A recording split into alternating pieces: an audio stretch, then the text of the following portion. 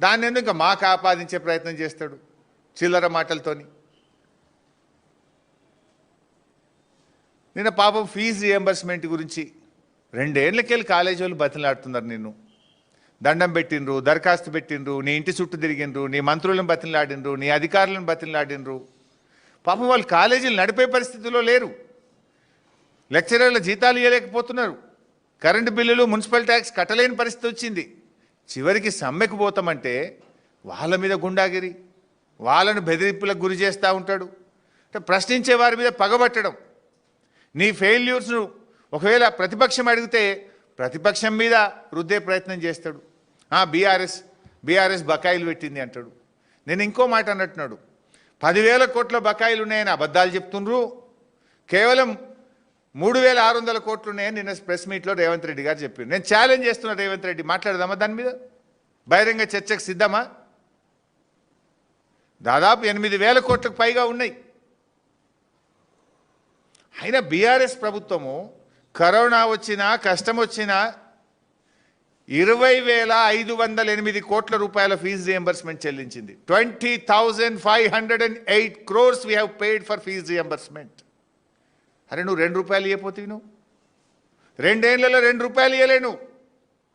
Corona వచ్చినా, ఏ తిప్పలు వచ్చినా, పెద్ద నోట్ల రద్దు జరిగినా, ఆర్థిక మాంద్యం ఉన్నా ఏ రోజు కూడా ఫీజు రియంబర్స్మెంట్ బీఆర్ఎస్ ప్రభుత్వం ఆపలేదు.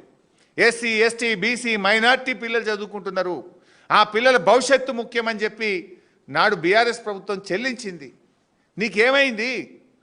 నువ్వు బడా బడా కాంట్రాక్టర్లకు, కమిషన్లకు, బీహార్కు డబ్బులు పంపేది ఉంటే పోయిన నెల ఎన్ని బిల్లులు ఇచ్చినావు చెప్పు నాకు. నువ్వు పోయిన నెలలో పెద్ద కాంట్రాక్టర్లకు నువ్వు ఇచ్చిన బిల్లు ఎంతో వైట్ పేపర్ రిలీజ్ చేయి.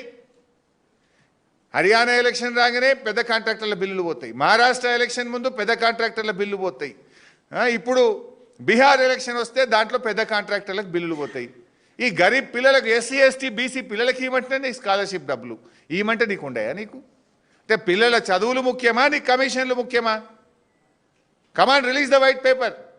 మహారాష్ట్ర ఎన్నికల ముందో, హర్యానా ఎన్నికల ముందో, నిన్న బీహార్ ఎన్నికల ముందు బడా కాంట్రాక్టర్లకు నువ్వు ఇచ్చిన బిల్ ఎంత, నువ్వు కొట్టిన కమిషన్లు ఎంత?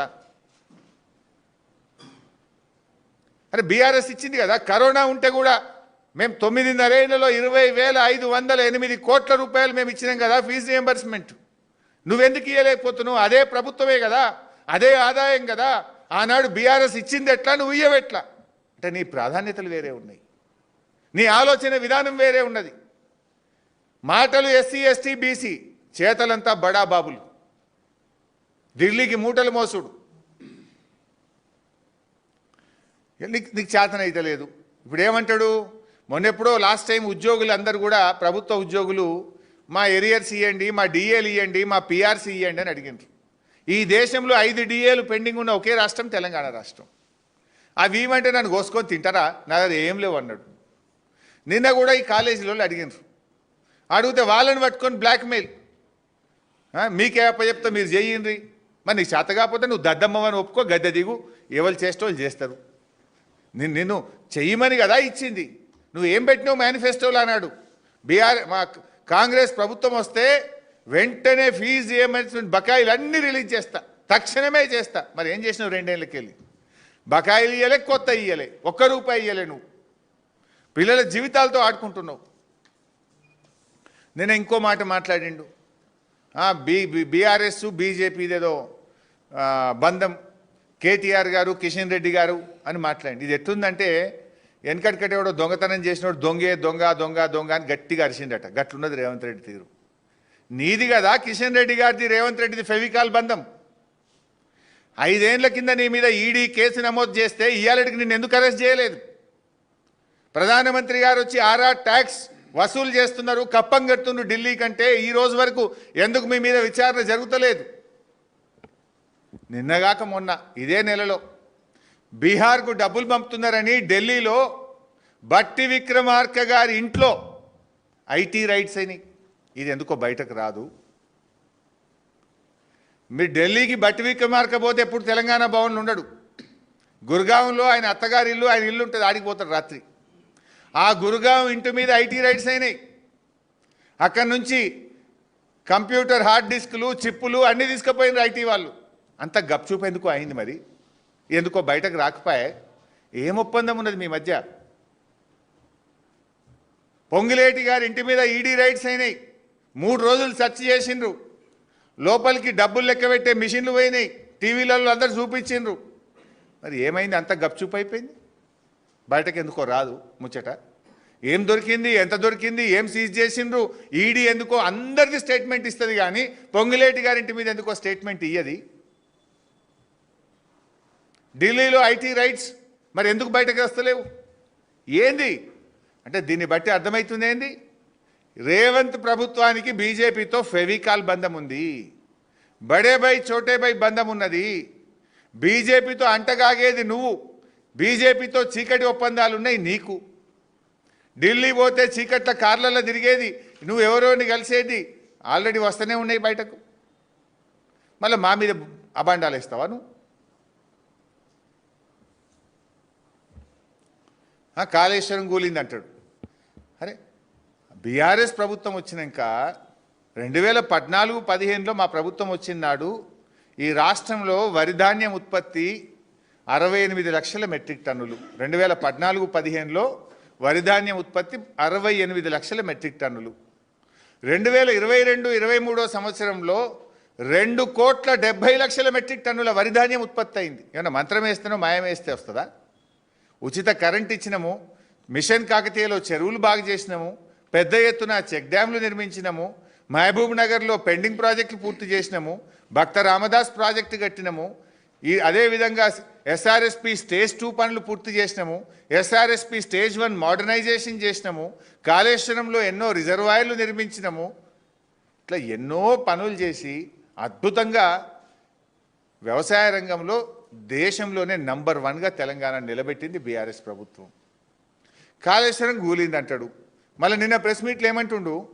హైదరాబాదుకు 20 టీఎంసీల గోదావరి జలాల తరలింపుకు ప్రణాళిక చేశాం. ఇవాళ ఏదో పేపర్ చదివిన హెడ్డింగ్ ఉండే, హైదరాబాదుకు 20 టీఎంసీల గోదావరి జలాల తరలింపుకు ప్రణాళిక. ఎక్కడికి వస్తున్నాయి గోదావరి జలాలు? మల్లన్న సాగర్ నుంచి మూసీకి 20 టీఎంసీలు తెస్తాను. మల్లన్న సాగర్ ఎవరు కట్టిర్రు? కాళేశ్వరంలో అంత భాగం కాదా? మల్లన్న సాగర్ కట్టింది కేసీఆర్ కాదా? ఏడికెళ్ళి వస్తుంది మరి? కాళేశ్వరం కూలితే నువ్వు 7,000 కోట్లతోని మల్లన్న సాగర్కి వెళ్ళి హైదరాబాద్కు నీళ్ళు ఎట్లా తెస్తున్నావు? మల్లన్న సాగర్ కట్టింది కేసీఆర్ కాదా? అంత మాయా మచ్చింద్రం చేసి నోరుంది కదా అని నోటికి వచ్చినట్టు మాట్లాడితే ప్రజలు అంత అమాయకులు అనుకుంటున్నావా నువ్వేమన్నా? ఇప్పుడు కాళేశ్వరం అంటే ఏంది బైసాబ్? కాళేశ్వరం అంటే Medigadda barrage, Kannepalli pump house, Annaram barrage, Saraswati pump house, Sundilla barrage, Parvati pump house, Nandimedaram reservoir, Nandimedaram pump house, Gayatri pump house, Rampur pump house, Rajeshwarapet pump house, Malkapet pump house, Malkapet reservoir, Muppal pump house, upper Maner pump house, Anantagiri reservoir, Anantagiri pump house, Ranganayaka Sagar pump house, Ranganayaka Sagar reservoir, Mallanna Sagar pump house, Mallanna Sagar reservoir, Kondapochamma Sagar pump house number 1, pump house number 2, Kondapochamma Sagar reservoir, Baswapur reservoir. ఇవన్నీ కదా కాళేశ్వరం అంటే. ఇవన్నీ ఊళ్ళినాయా? ఇవి అన్నిటి కింద పంట పంటలేదా? నీ కళ్ళు కనబట్టలేవా? పోదామా?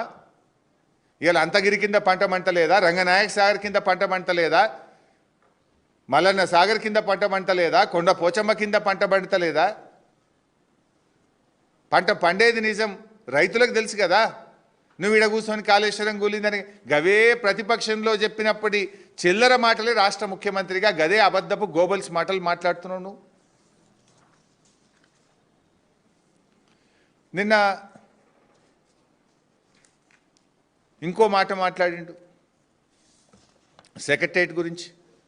సెక్రటేరియట్ అనేటువంటిది అంబేద్కర్ గారి స్ఫూర్తి దీపిక. అసలు అంబేద్కర్ పేరుంది నీకు ఇష్టం లేనట్టుంది, అందుకే సెక్రటేరియట్ పోతలేడినా. అంబేద్కర్ పేరు మీద ఉన్న సెక్రటేరియట్ పోవడానికి నీకు ఏం కష్టమవుతుంది? నెలకొక్కనాడు పోతలేవు నువ్వు. ఎప్పుడు చూసినా ఈ కమాండ్ కంట్రోల్ రూమ్లో కూర్చుంటున్నావు. అయితే జూబ్లీ హిల్స్ ప్యాలెస్ లేకపోతే కమాండ్ కంట్రోల్ రూమ్. ఇలా నీకు తెలంగాణ సోయి లేదు, నీకు తెలంగాణ ఉద్యమంలో పాల్గొనలేదు నువ్వు. సచివాలయం ఎందుకు కట్టిండ్రో నీకు ఎప్పటికీ అర్థం కాదు. తెలంగాణ షాన్.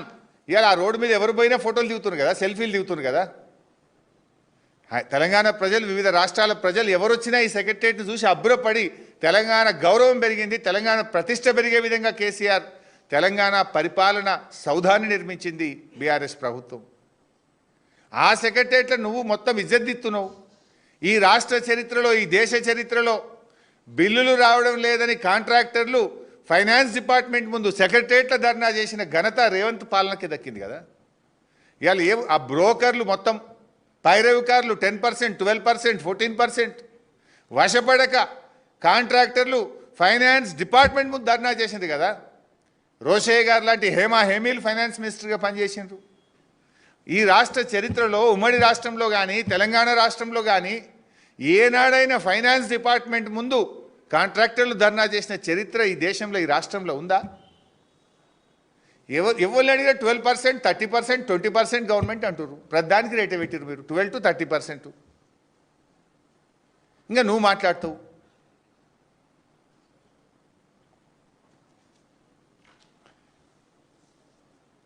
పీజేఆర్ గురించి మాట్లాడతాడు. అసలు పీజేఆర్ గురించి మాట్లాడే నైతిక హక్కు నీకుందా? నువ్వే కదా పీసీసీ ప్రెసిడెంట్. ఎందుకు ఇవ్వలే పీజేఆర్ కొడుకు టికెట్ను? పీజేఆర్కు ఇబ్బంది పెట్టి మానసికంగా వేధించి ఆయన చావుకు కారణమైందే కాంగ్రెస్ పార్టీ కదా. పెట్టుబడుల గురించి కూడా మాట్లాడి నిన్న రేవంత్ రెడ్డి గారు. నేనేమంటాడు, 3 లక్షల కోట్ల పెట్టుబడులు తెచ్చిండట. నోరా అమ్మోరాని ఇది నేను చెప్తలేనిది. టీఎస్ ఐపాస్ గవర్నమెంట్ వెబ్సైట్, మీరు కూడా దయచేసి మీరు పోయి సెర్చ్ చేయండి. టీఎస్ ఐపాస్ అనేది రాష్ట్ర ప్రభుత్వ ఆన్లైన్ వెబ్సైట్. ఇది ఇవాళ ఇప్పుడు ప్రింట్అవుట్ తెచ్చిన, నేను ఇప్పుడే అందులోకెళ్ళే ప్రింట్అవుట్ తెచ్చిన. ఇందులో ఏమున్నది? 2024-25 13,720 కోట్ల పెట్టుబడి వచ్చింది. 2025-26 6,472 కోట్ల పెట్టుబడి వచ్చింది. అంటే 2 ఏళ్లలో వచ్చిన పెట్టుబడి ఎంత? 20,192 కోట్లు. నిన్న రేవంత్ రెడ్డి ఏం చెప్పిండు? 3 లక్షల కోట్ల పెట్టుబడి తెచ్చినాం. నోరా అమ్మోరా అనేది ఏమన్నా? మనిషి అంటోడు అట్లా అబద్ధాలు అతుకుతుందా ఏమన్నా? నువ్వు వచ్చింది 20,000, నువ్వు చెప్పింది 3 లక్షలు. గింత చిల్లర మాట్లాడతావు, ఇంత ఫాల్తు మాటలు మాట్లాడతావా నువ్వు? ఇది ఏది నిజం? ఇప్పుడు టీఎస్ఐ పాస్లో కేవలం 20,000 కోట్ల పెట్టుబడులు గత 2 సంవత్సరాల్లో వచ్చింది నిజమా? రేవంత్ రెడ్డి ప్రెస్ మీట్ల జూబ్లీహిల్స్ ఎన్నికల కోసం మాట్లాడిన జుమ్లా మాటలు 3 లక్షల కోట్ల పెట్టుబడులు వచ్చిందన్నది నిజమా? ఏది నిజం? ఇలా రాష్ట్ర ప్రజలు, జూబ్లీహిల్స్ ప్రజలు ఆలోచించాలని చెప్పి నేను కోరుతా ఉన్నా. ఆనాడు బీఆర్ఎస్ పాలనలో ఎంతెంత పెట్టుబడులు వచ్చినాయి ఉన్నాయి. ఇక్కడ 1000 కోట్ల పెట్టుబడులు తెచ్చాం. 1000 కోట్ల పెట్టుబడులు 2014-15 నుంచి ఈ రోజు వరకు ఎన్ని వేల కోట్ల పెట్టుబడులు ఈ రాష్ట్రంలో వచ్చినాయో ఇందులో వివరాలు ఉన్నాయి. మీకు పంపిస్తుంది, ప్రజల ముందు పెట్టండి. ఆనాడు కేటీఆర్ గారు చేసిన కృషి, కేసీఆర్ గారి యొక్క పాలసీ, మేము అధికారంలో ఉన్నప్పుడు పెట్టుబడులు పెట్టడానికి కంపెనీలు, మల్టీనేషనల్ కంపెనీలు లైన్లు కట్టినాయి. కానీ ఇప్పుడు రేవంత్ పాలనలో యూరియా కోసం రైతులు లైన్లు కడుతున్నారు. That's the difference.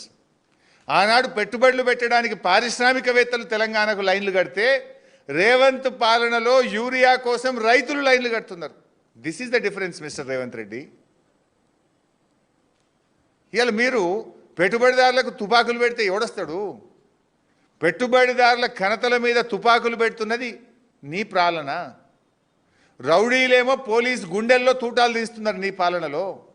రౌడీలు ఏడబడతాడు తుపాకులైనాయి, పోలీసులకే గుండెల్లో తుపాకులు బుల్లెట్లు దిగుతున్నాయి నీ పాలనలో. పోలీసులకు రక్షణ లేదు, పారిశ్రామికవేత్తలకు రక్షణ లేదు. దానికి నువ్వే హోంమంత్రి, నువ్వే ముఖ్యమంత్రివి. ఇప్పుడు నప్పతట్లోడు ముఖ్యమంత్రి అయితే గిట్లే ఉంటుంది రాష్ట్రం. రాష్ట్రంలో అరాచకం వెళ్తూ ఉంది ఈరోజు. ఇవన్నీ జూబ్లీహిల్స్ ప్రజలకు అర్థమైనాయి.